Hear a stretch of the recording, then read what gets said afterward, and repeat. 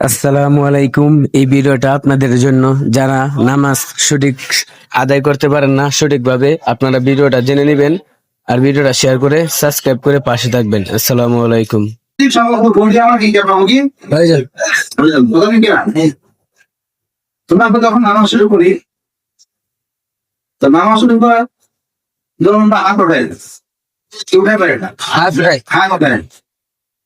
মা তো আমি করে আমরা তাকবীর বলি, কি বলি আল্লাহু তাকবীর।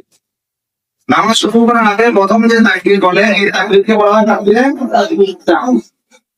এই তাকবীরটা আইবা বলা কি তাকবীর তাহরিম বলা কি তাকবীর তাহরিম আল্লাহু আকবার বলা। কোনো ব্যক্তি যদি হাত বাঁধো যাওয়ার তাকে বলবো না তার নামাজ হবে না, তার নামাজ কি হবে না। হবে না। তাহলে আমাদের কি জবানে তাকবীর আমি হাত কাটে উঠাবো, আমার দুই হাত আঙুল দিয়ে থাকবে আসমানের দিকে। কোন দিকে? আসমানের দিকে। হ্যাঁ, আমার হাতে চালু করে একটু কোন দিকে থাকবে? কেমন ঠিক কোন দিকে? কেমন কি কাঁধের উপরে কানের নিচে। হ্যাঁ, কোন দিকে? কাঁধের উপরে কানের নিচে। অনেকে আসলে একটু নামাজ করে কেউ কান ধরে, আপনার নাই সে অনেক আছে কান ধরে। আমার লাগে আছে যখন তাকবীর বলে খাগে হাত পাতে পরে কি তাকবীর বলে আছে না নাই? এমন অনেক কাছে দেখবেন আগে তাকবীর তাকবীর আগেও বলা যাবে না, বলবো কথা না, হাত নামবে তাকবীরও বলতে থাকবো, আমার হাত বাঁধাও শেষ তাকবীর বলা শেষ।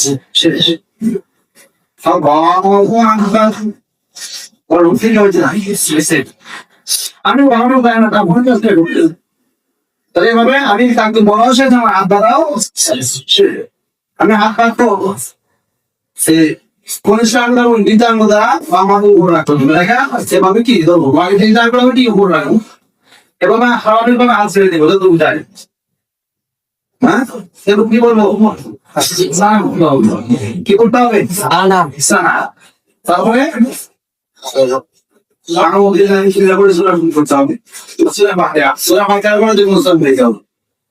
ঠিক আছে না?